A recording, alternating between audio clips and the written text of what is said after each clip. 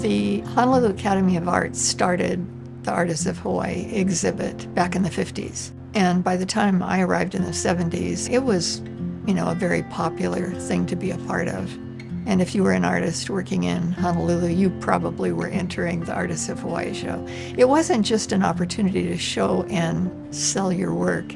It was an opportunity to see what everybody else was doing.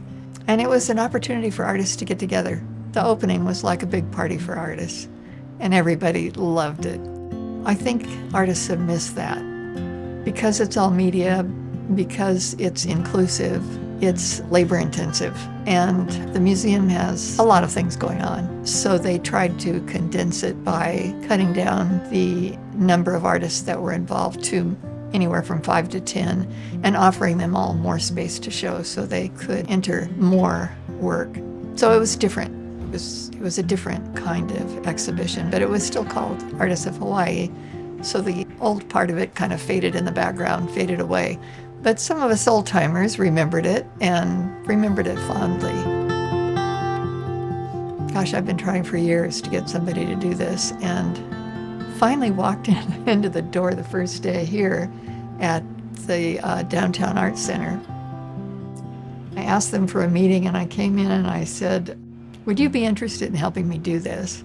And much to my surprise, they all said, "Yes, yes, we would." I'm so excited and gratified at how much support we obviously have in the community, both from artists and from potential buyers and interested art people in bringing this show back. It's open to every artist, no matter what island you live on. Tyler, our juror, agonized over every single decision. Poor guy. He took it so seriously, and he tried to take into consideration everybody's reason for making art and how successful they were at achieving that. So this is a very thoughtful exhibition, thanks to Tyler.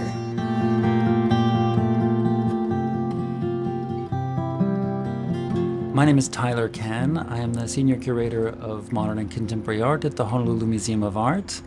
And I have the pleasure and privilege of being the juror for this year's Artists of Hawaiʻi exhibition. So I've been a curator in Hawaii for 1 year, which is not a long time at all to get to know a community. So this has been a really marvelous education in what artists in Hawaii are doing right now. My first position as a curator was in Aotearoa, New Zealand. I lived there for almost 7 years. But I've also lived and worked in institutions in the United Kingdom and most recently in Ohio. This exhibition took place for decades at the Honolulu Museum of Art, or then the Academy. It is wonderful that an institution like the Downtown Art Center has taken it up. The exhibition has had its sort of evolution and its pause, particularly in the COVID era as well. And so it's very nice to be coming out of that and to have an institution like this pick up the challenge of actually making this happen. And it's wonderful that the Honolulu Museum of Art's awards, its endowed awards, carry over into this exhibition now, going forward. The initial round of jurying for this exhibition was online and blind. I didn't have any names. There were 1,338 separate images to work through. And I built all 475 artists, I want to say. So the process of jurying an exhibition like this involves a lot of difficult decisions, and there's really no way to get them all right. What I was trying to do was respect the various parts of the sort of artistic ecosystem here. So I hope that people will feel like it is a fairly inclusive show. Of course, I come to this exhibition with my own experience, my own eye and sensibilities as a curator, so I'm sure it reflects some of that as well.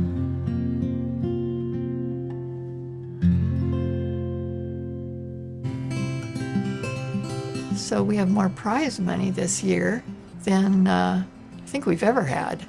I think any show's ever had.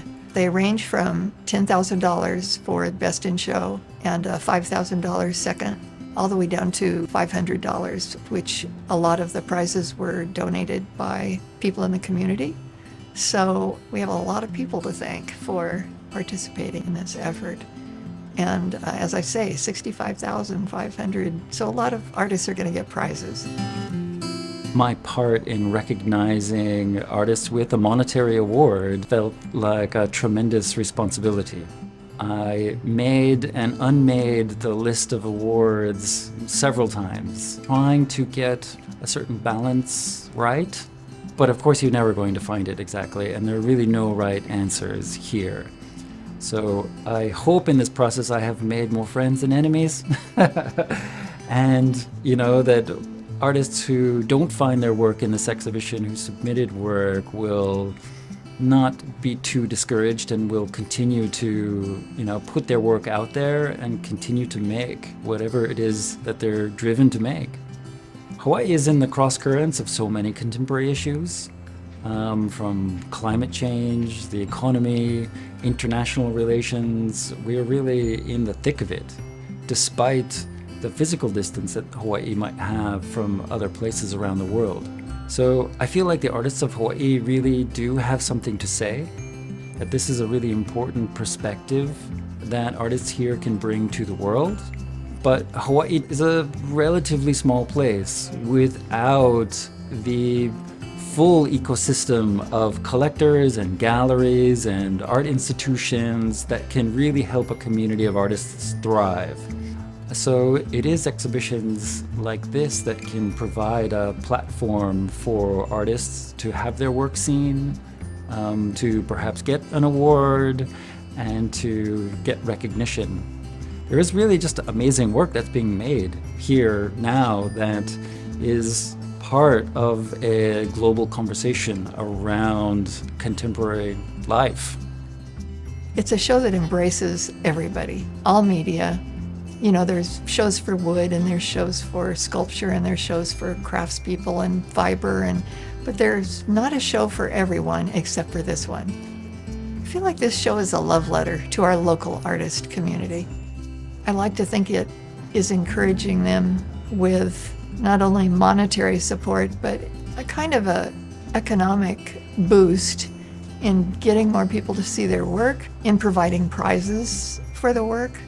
All of this helps artists, and all of it is really exciting for me to see happening. And I hope everyone comes down and supports our community of artists by purchasing art and just enjoying it.